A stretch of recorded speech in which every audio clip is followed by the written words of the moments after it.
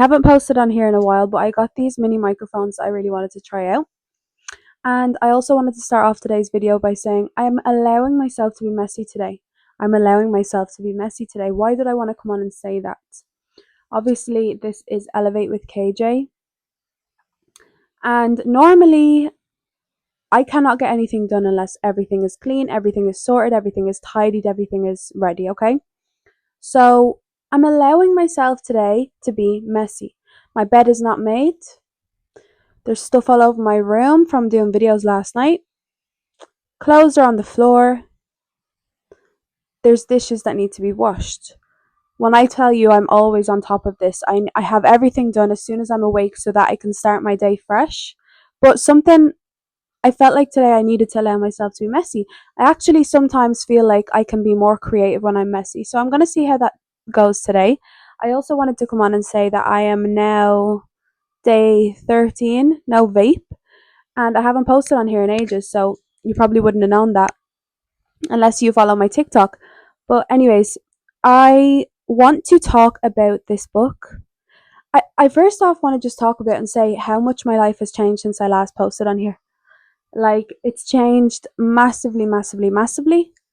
Um I finally broke contact completely with my ex. That's completely done. I really needed to let that shit go, and it's so gone and it feels great. And it's like ever since I done that, so many great things have been happening in my life because I've cleared away of something that was no longer serving me, and now what? It's making room for new things to come in. So I hope that's a little bit of encouragement for anybody who's been feeling like, should I let this go? Should I let this go? It kind of doesn't feel right anymore. Let it go. I promise you, it's allowing room for more great, amazing things to come into your life. Another thing that's really changed my life is this book. This book, right, is not something I ever heard about from any person.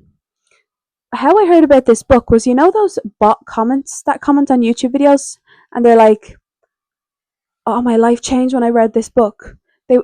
This comment was everywhere about Manifest and Receive by Eva Hartley, and I thought, it's a bot comment, but low key feel like it's calling me to read it. So I bought it. And this changed my life because if you are confused about manifesting, I completely have a new way of looking at manifesting now. I look at it as in just a subconscious mind, just the power of your thoughts. That's it. That's really it. And how to control them. This book is amazing and it's so short, and I thought we could go through it. So if you are wanting to learn a little bit more about manifesting or your subconscious mind, if you want me to, I'll literally be reading the book and explaining it because I understand it completely now. Grab a coffee, sit here, let's chat, let's learn. I promise you, learning about your subconscious mind will give you nothing but great benefits into your life. It's really changed my life. Like, the one difference, the main difference, because people say, what's even the point? I hope I'm not spitting on this mic. Like, sorry. People say, what's the point in doing this anyway? And it's like, the main thing I've seen is I actually want to live life now. I actually want to be here. If anything, I want to be here longer than I get to be here. And I'm so grateful when I wake up that I'm awake, that I'm alive. And when I can feel the sun on my skin and I feel, oh, I feel alive. I feel amazing. And before I did not feel any of those things. I was the complete opposite. I didn't want to be here. I thought that life was hell, and when you die, you go to heaven. I don't feel like that anymore. And it just shows you the power of your mind and how you can actually, how lucky are we to be able to control our mind and also control our reality. Like, we get to choose our reality. And if you don't believe that yet, I encourage you highly to let the ego down for a bit and really try and learn and listen and try and incorporate it into your life and see what it does for you. It's amazing. So I'm going to skip the intro to this book, but I'm just going to go straight on to chapter 1, okay? So chapter 1 is all about your hidden, it calls the subconscious mind your hidden operating system, literally what I said. So your conscious thoughts are kind of in the forefront of your mind. I always draw an image and it's like a circle with a line in the middle, and it's conscious and subconscious, and I've done a video on that before. So you're conscious at the front. This is me consciously thinking right now that I'm talking to you what to say. I'm consciously thinking of the words to say. That's here. Now, in your subconscious mind, that's at the back, and those are the thoughts that are actually running your mind, that are running your life, sorry. So the hidden layer in your mind is called your subconscious mind. It's not mystical, it's not imaginary, it's real, tangible biology. And researchers actually estimate that up to 95% of your behavior is not driven by your conscious thinking. You're not consciously thinking, I'm going to say this, I'm going to do this. These are all happening by your subconscious mind. So that means that you're not even thinking about anything. Your subconscious mind already knows what it's going to do before you even think about doing it. So it says think of it like a computer. Your conscious mind is the cursor on the screen, but your subconscious is the operating system. So it means that if you're trying to create new results in your life, but your subconscious operating system is running on limiting instructions, you will always feel stuck. What does that mean? You could consciously think, I'm going to be a better person, I'm going to do this, I'm going to do this. Consciously think. But in the back of your mind, your old, outdated, limiting beliefs are there, and they're the ones that are actually operating your mind. That's why you go in with high hopes, I'm going to do this, I'm going to be this, I'm going to do this. But you don't do any of the inner work that needs to be done on the subconscious. That's what's actually running your mind. So you need to work on that. But you can update it just as operating systems can be updated, so can your subconscious mind. So what actually is the subconscious? It actually just refers to the processes in the mind that occur below the level of conscious thinking or conscious awareness. But they still influence your perceptions, your decisions, and your actions. And they actually shape how you experience reality. And you don't even realize it sometimes. So, what is the subconscious? It just refers to, again, the processes in the mind. The processes in the mind that occur below the level of conscious awareness. So these are the processes that are undergoing in your mind that you don't even know are happening, which is scary, kind of. If you don't know what they're operating on, what are the operating systems, the thought processes, if you don't know what they are, that's when you're in trouble, because that will take control of your life. That will take control of your reality if you're not aware of it. So they occur below the level of conscious awareness. Conscious awareness being, I'm thinking right now what to say. I'm thinking now, but in the subconscious, something completely different is going on. And these shape how you experience reality. So there are a few subconscious processes, and the main one, I think, is the reticular activating system. So let me just explain that again. The subconscious, what does it actually mean? It refers to the processes in the mind. And then there are processes in the mind, and the first one is the reticular activating system. What is this? It's a filtering system in the brainstem. And what it does, it determines what sensory information gets your attention and what doesn't. So it's a literal filtering system in your brainstem that when you go out into the world, it decides on what gets stood out to you and what gets ignored based on what it thinks is important to you, based on what your subconscious has flagged as important. And it filters out the rest. It will literally filter out the rest. You will not be able to notice it. What has your subconscious flagged as important? Whatever limiting beliefs you have that you are not worthy. When you go out into the world, you will never see experiences that make you feel worthy, because your reticular activating system is literally filtering those out, meaning that you could go out and somebody could show you how worthy you are and do something so lovely that would make another person feel so worthy, but you will literally ignore it completely, not consciously, subconsciously, because this is going on in the back of your mind, based on your limiting beliefs that you have, based on stories that you were told when you were younger that you believe to be true but aren't, outdated beliefs that are actually holding you back. So think about that again. It's a filtering system in your brainstem, and it determines what sensory information gets your attention, even what you hear, what you see, what you smell, and what gets ignored. And it helps you focus on what your subconscious has flagged as important. So again, it's not out to get you. Whatever you focus on, right? If you're always focused on what can go wrong, you will always find things that can go wrong. That's why that always happens. Because your subconscious is saying, this is important. They're wanting to focus on what goes wrong, what's going wrong. So let's show them more things that have gone wrong so they can focus on that, and then they can know this went wrong, this went wrong, this went wrong. And the RAS is a good example for, you said you wanted to buy a pink car. You never really saw many pink cars. You never seen many pink cars. Now all of a sudden you said you want to buy a pink car. There's pink cars everywhere. You notice that ever? Because for me, I always wanted a white Range Rover Evoque. right? Convertible. That's like my dream car for some reason.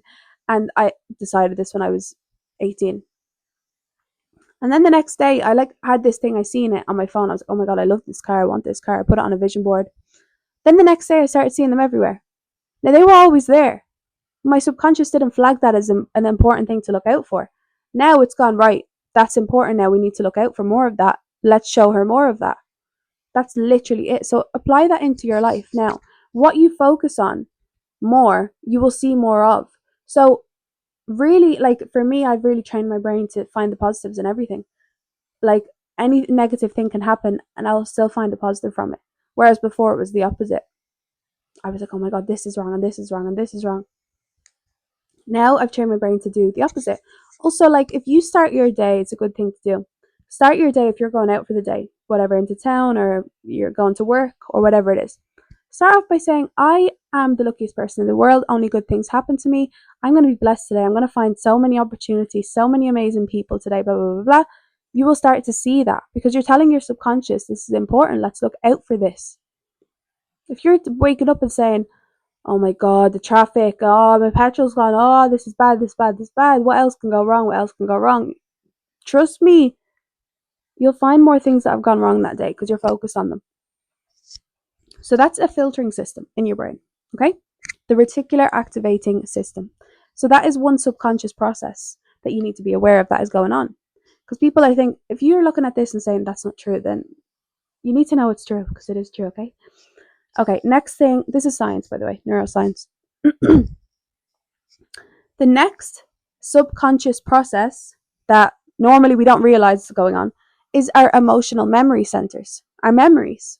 So regions such as the amygdala and the hippocampus, they store emotional experiences and influence automatic responses like fear, attraction, or trust. These emotional memories operate in the background, shaping reactions and preferences long after the original experience. I feel like we do think about our memories, like sometimes a memory will pop into our heads, but we don't actually realize that they are influencing our reality still now to this day. So we are basing our life now is being controlled also by our memories because they are operating in the background. So say for example, a memory that you had or an experience that you had that you were told, you weren't good enough or maybe that your parents split up and they were always arguing. Now you have a subconscious belief that like love isn't real and that marriages don't last.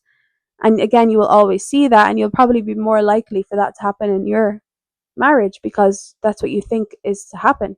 So you will unconsciously sabotage that relationship yourself because you believe that is what is meant to happen. That's what's true. So that's why it's important to go back and do the inner child work and the healing is going back to those memories as hard as it may be and rewriting the narrative because when those happened you were very young and you didn't understand the full story and the big picture. Now you're older, you do, and you understand maybe that wasn't your fault. Maybe when you were younger you thought it was your fault. So revisiting those childhood experiences and rewriting the narrative to help your childhood self, your inner child, realize that, like in a nice way, like honey, it wasn't this. I promise. It's you thought it was this. Maybe people told you it was this. That was just a reflection on them. And now you talk to yourself like that as an adult, and rewrite those. So your memories. Another subconscious process that happens is your habit loops.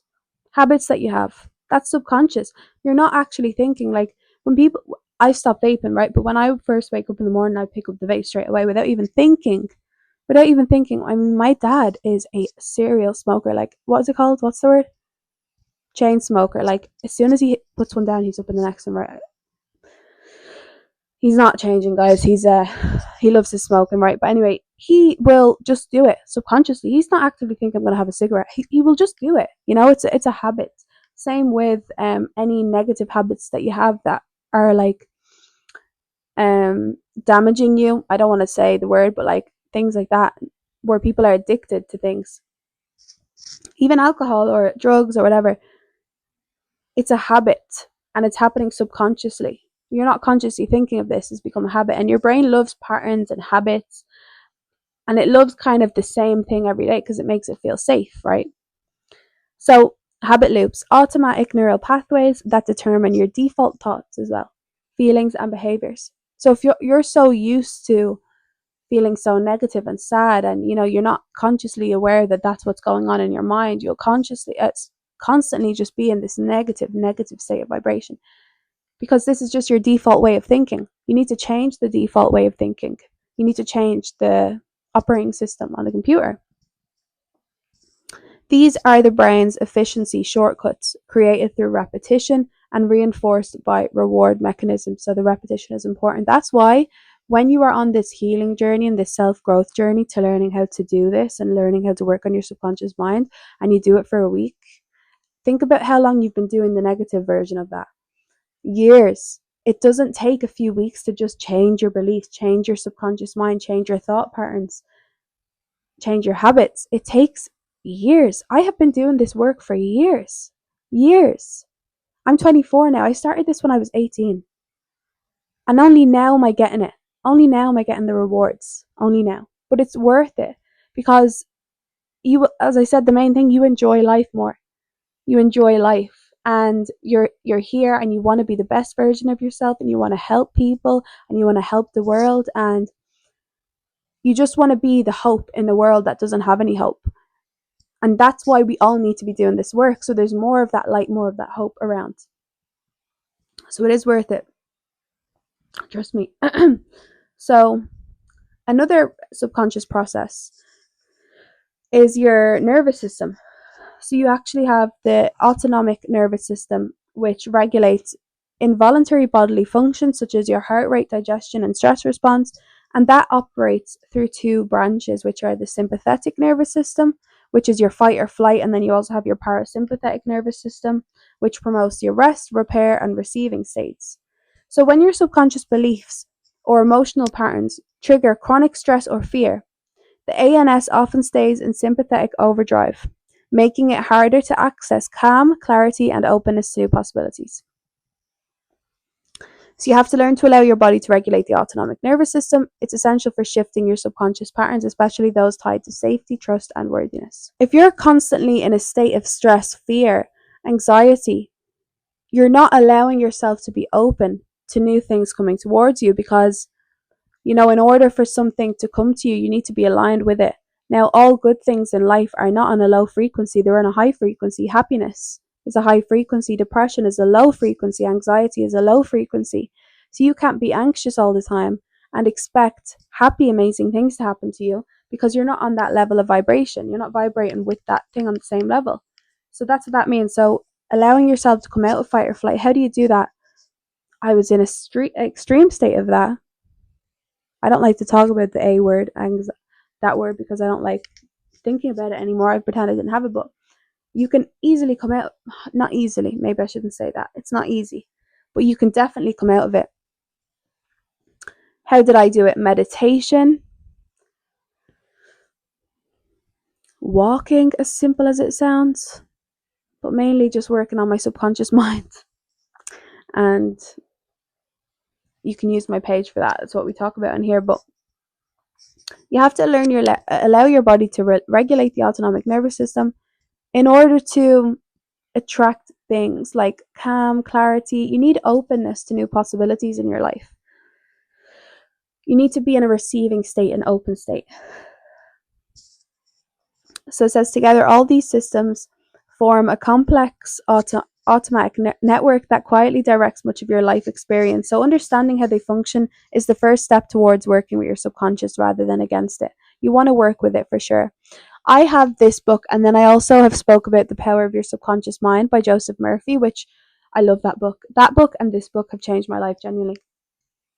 But in that book there, Joseph Murphy speaks about the subconscious mind as an infinite intelligence, or if you want to call it God.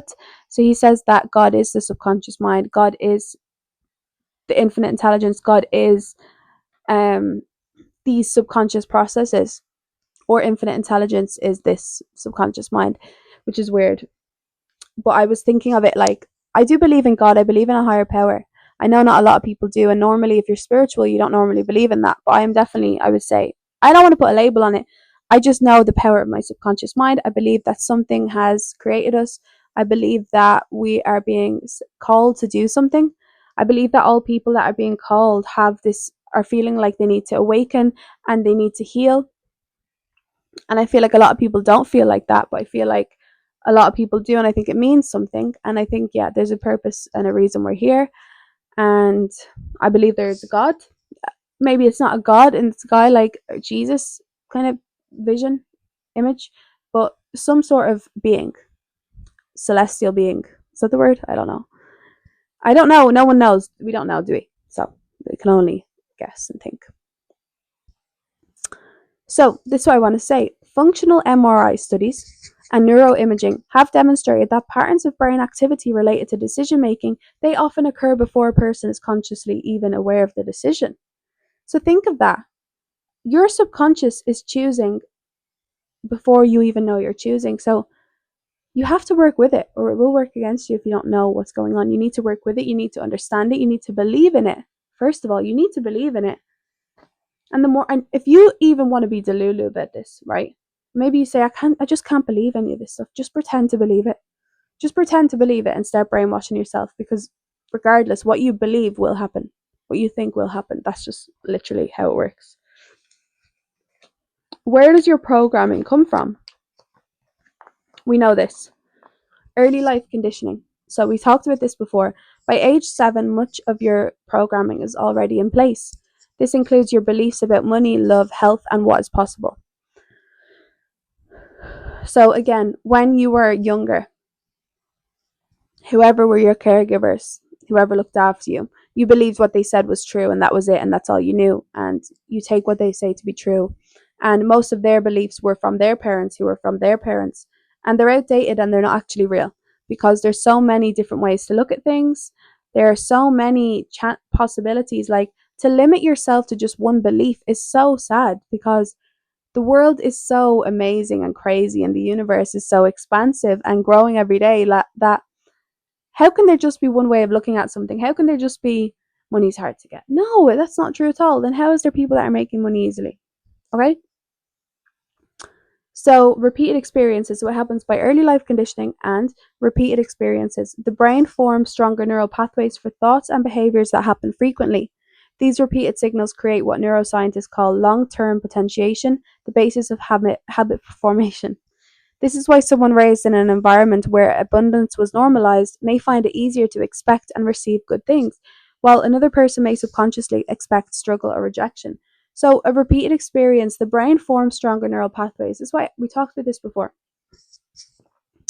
By reward. So, say for example, you have a belief that you're not good enough, and you've learned that, whatever. The more you go out into the world and you're focused on you're not good enough, you'll always find things to prove that you're not good enough, and that confirms to your brain, see, we were right. And then it happens again, and it's this loop, and the more that happens and the more it gets confirmed, it's so rooted in your beliefs that it's harder to get rid of. But it's still possible to get rid of, but it's by this continuous cycle of, I think this, see, they told me I'm that, okay, see, I'm gonna go out and do this, yeah, see, there's another reason why I'm not this, yeah, see, they said I was, and it's just this cycle. And the more that happens, it gets rooted deeper and deeper. Okay, so how does the filtering system work, the RAS? So imagine it says with the car, the RAS is constantly filtering millions of bits of information, because we see millions of information that we can't actually process it all. It's that much. So it highlights what your subconscious believes is important, and it literally blocks out the rest. This is why two people can walk through the same day with entirely different experiences. One may notice opportunities and kindness, the other may notice only obstacles and irritation. Their subconscious filters are simply tuned to different settings. The people that are doing well and manifesting everything they want, their operating system is just completely switched different to somebody who isn't. That's all it is. It's not luck, it's not chance. Everybody has the exact same opportunities. It doesn't matter where you're from or what you look like. We have the same power in our minds. So you just need to change your filter, right? So you have to ask these questions. What is your subconscious mind tuned to notice? What do you notice a lot of?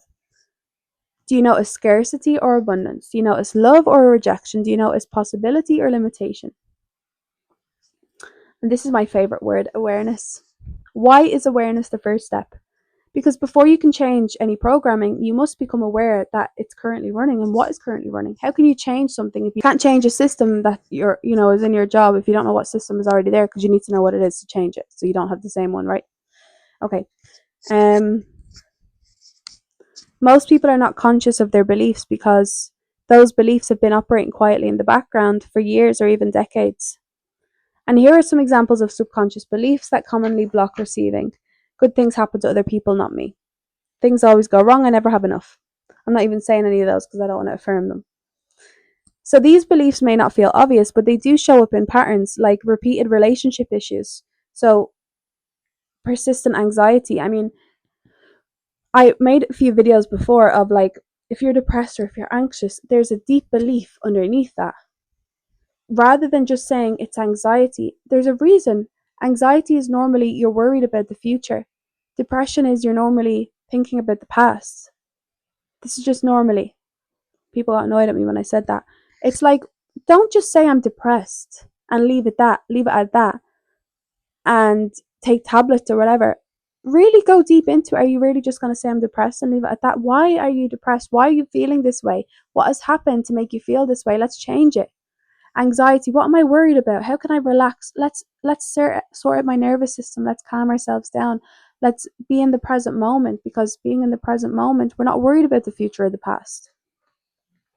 So you may not know that, you have certain beliefs like things always go wrong or I never have enough. It's more so the repeated anxiety, the financial struggles, the relationship issues you keep having. What is actually the belief in those? What is the limiting belief rooted in those problems that you're facing?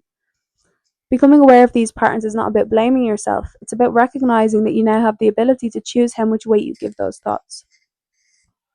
Even if you just try for a week, giving more power to the positive thoughts than the negative ones. If a negative thought comes into your mind, try ignore it.